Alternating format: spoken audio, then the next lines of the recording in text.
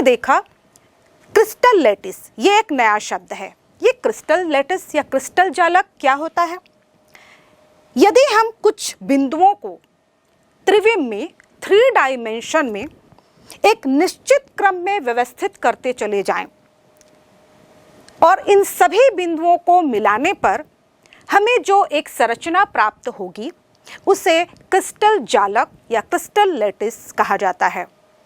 और ये जो बिंदु होंगे ये आपके परमाणु भी हो सकते हैं, आयन भी हो सकते हैं या फिर अणु भी हो सकते हैं।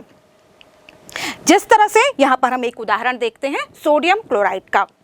यहाँ पर अब देखिए इसकी एक निश्चित ज्यामितीय संरचना है। ये क्रिस्टल लैटिस है जिसमें कि सोडियम तथा क्लोराइड के जो आयन हैं वो एक निश्चित क्रम में व्यवस्थित हैं और यह एक क्रिस्टलीय जालक का गुण है। अब ये जो क्रिस्टलीय जालक हैं ये छोटी छोटी इकाइयों से मिलकर बने होते हैं जिन्हें हम यूनिट सेल या इकाई कोशिका कहते हैं। कुल मिलाकर कहें तो 7 प्रकार के क्रिस्टल जालक होते हैं जो मूल क्रिस्टल जालक हैं और इकाई कोशिका ये 4 प्रकार की होती हैं। तो यदि हम देखें तो कुल मिलाकर हमारे पास 7 और गुणा 4 कर दें तो 28 प्रकार के क्रिस्टल हमें मिलने चाहिए, लेकिन ऐसा नहीं है।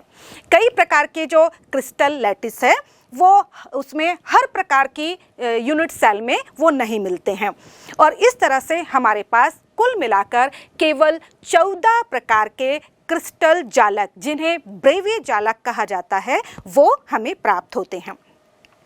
तो हम देखते हैं इकाई कोशिका। इकाई कोशिका क्या है? जिस तरह से हम एक मकान को यदि आप एक क्रिस्टल जालक मान लें तो उसकी एक ईंट जो होगी वह इकाई कोशिका या यूनिट सेल होगी। यानी कि इकाई कोशिका वह संरचना है जिसको यदि हम क्रमानुसार व्यवस्थित करते चले जाएं तो हमें एक बड़े क्रिस्टल जालक की प्राप्ति होती है। इकाई कोशिका या यूनिट सेल जिसे हम बार बार रिपीट करते जाएं तो हमें बड़े क्रिस्टल जालक का निर्माण हो जाएगा।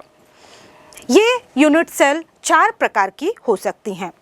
सबसे पहले आती है आद्य इकाई कोशिका या जिसे हम प्रिमिटिव यूनिट सेल या आद्य इकाई कोशिका। इस प्रकार की जो इकाई कोशिका होती है उसमें जो कण हैं, अवयवी कण हैं, वो केवल कॉर्नर पर, है ना, यूनिट सेल के केवल कोने पर उपस्थित होते हैं। और यदि हम इन कणों के योगदान की बात करें तो एक यूनिट सेल में प्रत्येक कण का योगदान केवल 1/8 होता है। इस तरह से यदि हम देखें तो एक यूनिट सेल जो प्रिमिटिव आद्य यूनिट सेल होती है उसमें कुल कणों की संख्या 8 × 1/8 = 1, यानी कि केवल 1 होता है। दूसरे प्रकार की जो इकाई कोशिका है वो होती है अंतःकेंद्रित इकाई कोशिका। इस प्रकार की जो यूनिट सेल है उसमें कण यानी कि परमाणु, अणु या फिर आयन कॉर्नर पर उपस्थित होने, कोने पर उपस्थित होने के साथ साथ पूरी इकाई यूनिट के मध्य भाग में भी उपस्थित होते हैं। तो इस तरह से यदि हम अंतःकेंद्रित घनी सेल में कणों की संख्या की गणना करें तो कॉर्नर पर उपस्थित जो 8 यूनिट इकाइयां हैं उनमें से 8 कणों का केवल 1/8वां हिस्सा योगदान होगा। तो इस तरह से 8 × 1/8 = 1। लेकिन जो यूनिट सेल के केंद्र में उपस्थित कण है उसका पूरा योगदान यूनिट सेल को मिलता है। तो इस तरह से 1-1 = 2। तो अंतःकेंद्रित यूनिट सेल में कुल कणों की संख्या 2 होती है। तीसरे प्रकार की जो यूनिट सेल है वो होती है फलक केंद्रित या फेस सेंटर्ड यूनिट सेल। इस प्रकार की इकाई कोशिका में कण, जो अवयवी कण हैं, वो कॉर्नर पर उपस्थित होते हैं, 8 कॉर्नर पर, इसके अलावा ये प्रत्येक फलक पर भी उपस्थित होते हैं। आप जानते हैं कि एक जो इकाई कोशिका होगी उसमें 6 फलक होंगे और 6 फलक में 6 कण उपस्थित होते हैं, लेकिन फलक पर उपस्थित जो कण होते हैं उनका केवल 1/2 यानी कि आधा हिस्सा ही उस यूनिट सेल को प्राप्त होता है। तो इस तरह से कॉर्नर पर उपस्थित कणों का 1/8वां हिस्सा यानी कि 8 × 1/8 बराबर 1 और 6 फेस पर, है ना, जो 6 फलक हैं उन पर उपस्थित जो कण हैं उनका 1/2 हिस्सा यानी कि 6 × 1/2 बराबर 4, 6 × 1/2 बराबर 3 यानी कि कुल कणों की संख्या कितनी हुई? 1-3 बराबर 4।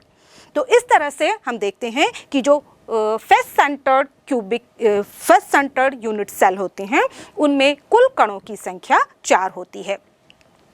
चौथे प्रकार की जो यूनिट सेल होती है वो होती है एंड सेंटर्ड यूनिट सेल या जिसे अंत्य केंद्रीय इकाई कोशिका कहते हैं। इस प्रकार की जो इकाई कोशिका है उसमें कण यूनिट सेल के कॉर्नर पर उपस्थित होने के साथ साथ किसी भी आमने सामने के 2 फलकों पर भी उपस्थित होते हैं। तो इस तरह से यहाँ पर कुल कणों की संख्या कितनी होगी? 8 कोनों पर उपस्थित कणों का योगदान 8 × 1/8 बराबर 1 और आमने सामने के 2 फलकों पर जो कण उपस्थित हैं यानी कि 2 × 1/2 बराबर 1 यानी कि जो अंत्य केंद्रीय या एंड सेंटर्ड यूनिट सेल होगी उसमें कुल कणों की संख्या 2 होगी। तो इस तरह से हमने जाना कि 4 प्रकार की यूनिट सेल होती हैं और इन 4 प्रकार के यूनिट सेल में कणों की संख्या भी भिन्न भिन्न होती है। आइए अब जानते हैं 7 भिन्न भिन्न प्रकार के जालक तंत्र यानी कि लैटिस सिस्टम को। वास्तव में ये जो जालक तंत्रों में भिन्नता होती है इनकी इकाई कोशिकाओं में भिन्नता की वजह से है।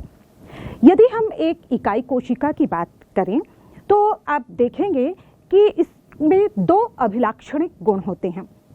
पहला तो है इनके कोर की लंबाई जिसे हम एज लेंथ कहते हैं और दूसरी होगी इनके फलकों के बीच के कोण जिसे हम इंटरफेशियल एंगल कहते हैं या जिसे हम अक्षीय कोण कहते हैं। किसी भी त्रिविम जो संरचना होगी उसमें आप जानते हैं 3 अक्ष होंगे x, y और z। तो इस तरह से हम यहाँ पर 3 कोर लंबाइयाँ ले सकते हैं।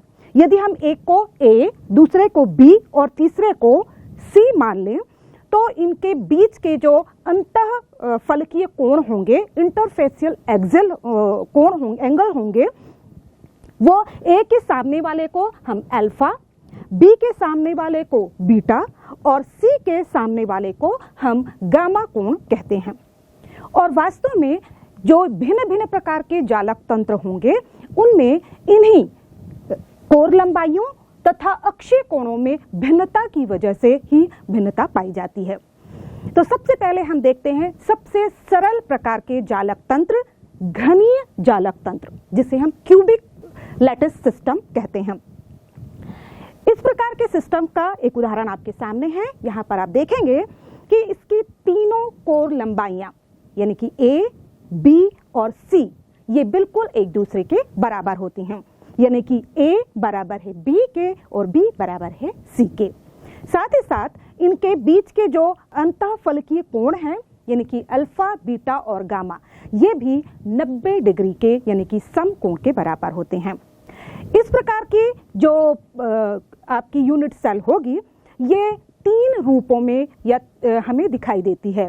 सबसे पहले हमें जैसे देखा था है ना आद्य प्रकार की यानी कि प्रिमिटिव में दिखेगी, दूसरी अंतः केंद्रीय यानी कि बॉडी सेंटर्ड के रूप में दिखेगी और तीसरी जो है फलक केंद्रीय यानी कि फेस सेंटर्ड के रूप में हमें दिखाई देती है।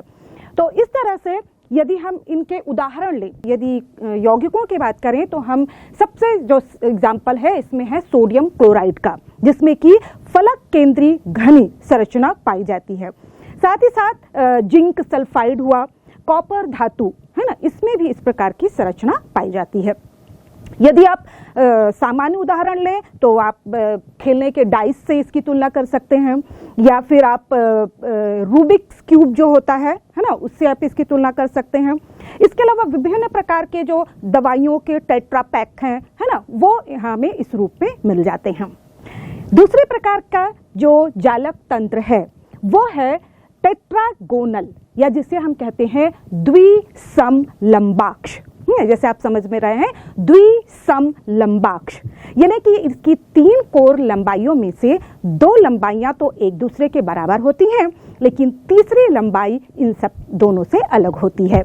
यानी कि इसमें A बराबर B तो होती है, लेकिन जो C है वो इन दोनों से अलग होती है।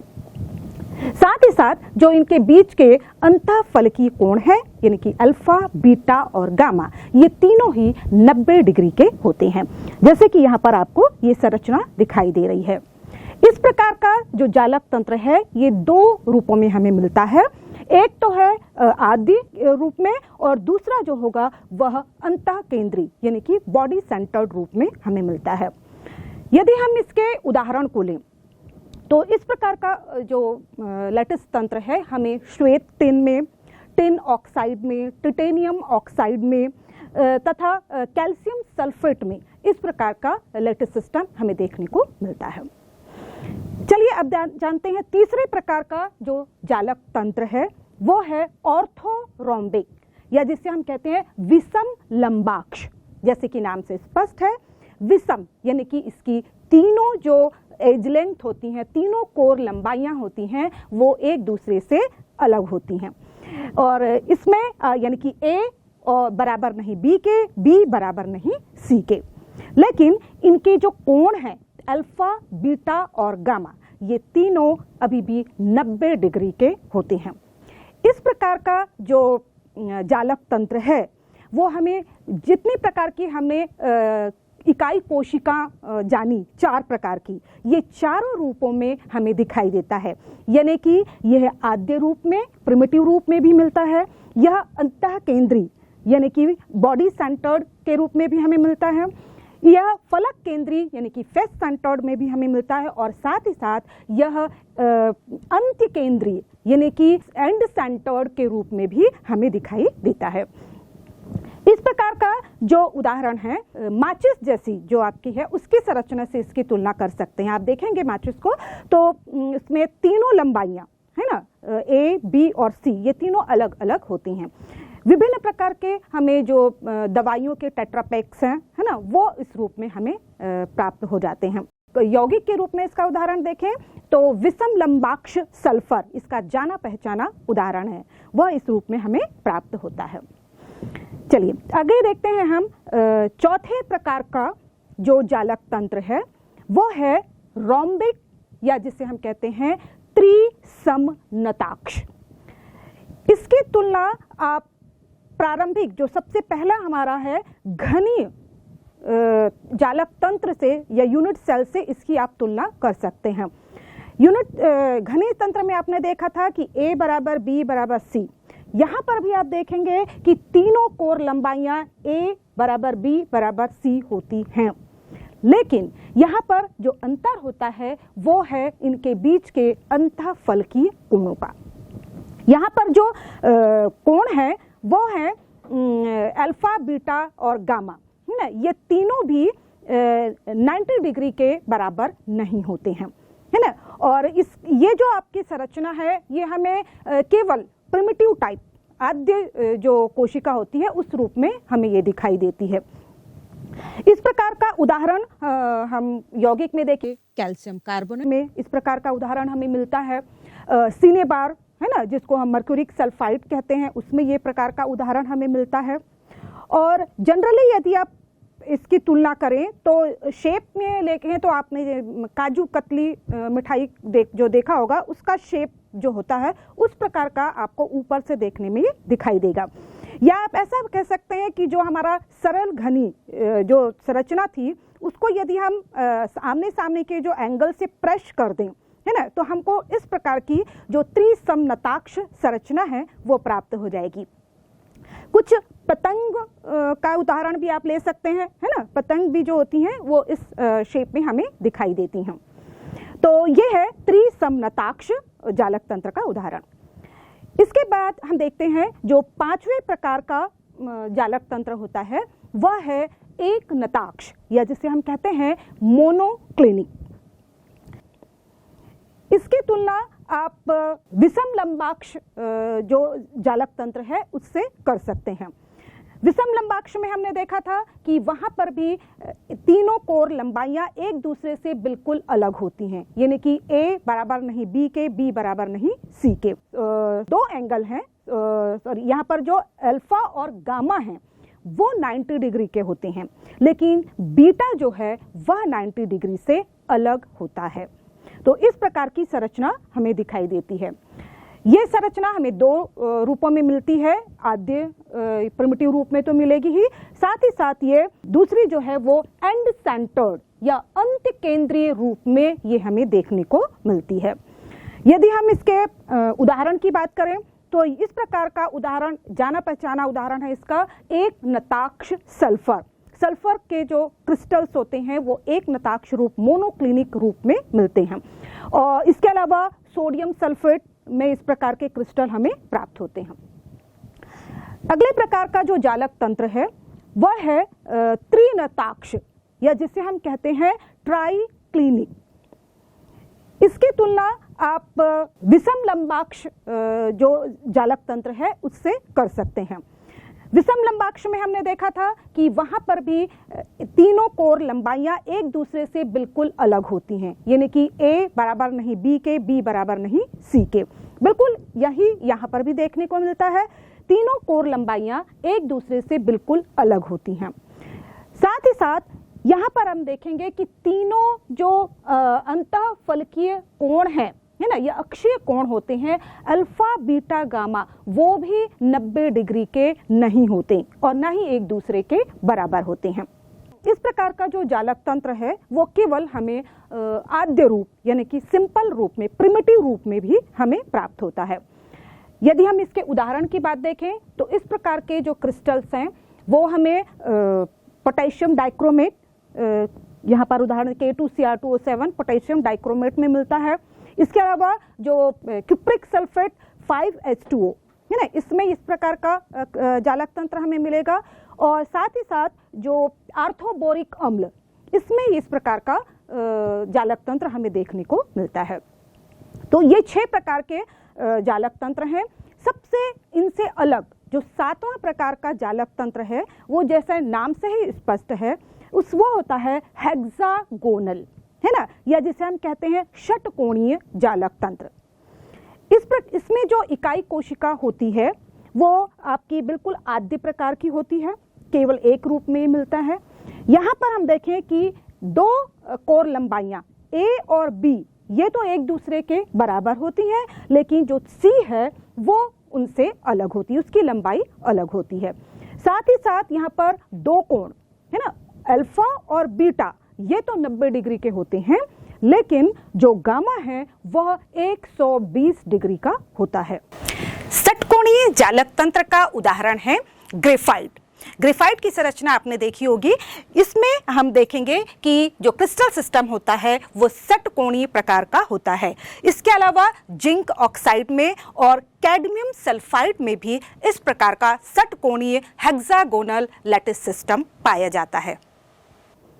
तो इस तरह से हम देखते हैं कि ये जो 7 प्रकार के मुख्य जो जालक तंत्र हैं वो आपस में इनकी इकाई कोशिकाओं की संरचना में अंतर की वजह से बने हुए हैं, और क्योंकि हर प्रकार का जो जालक सिस्टम है वो अलग अलग प्रकार में हमें मिलता है। जैसे कि हमने देखा क्यूबिक सिस्टम है वो हमें 3 रूप में मिलता है ना, जो ऑर्थोरोम्बिक विषम लंबाक्ष है वो हमें 4 रूपों में मिलता है। तो इस तरह से कुल जो जालक तंत्र होते हैं वो 14 प्रकार के होते हैं, जिन्हें हम ब्रेवे जालक तंत्र या ब्रेवे लैटिस सिस्टम कहते हैं।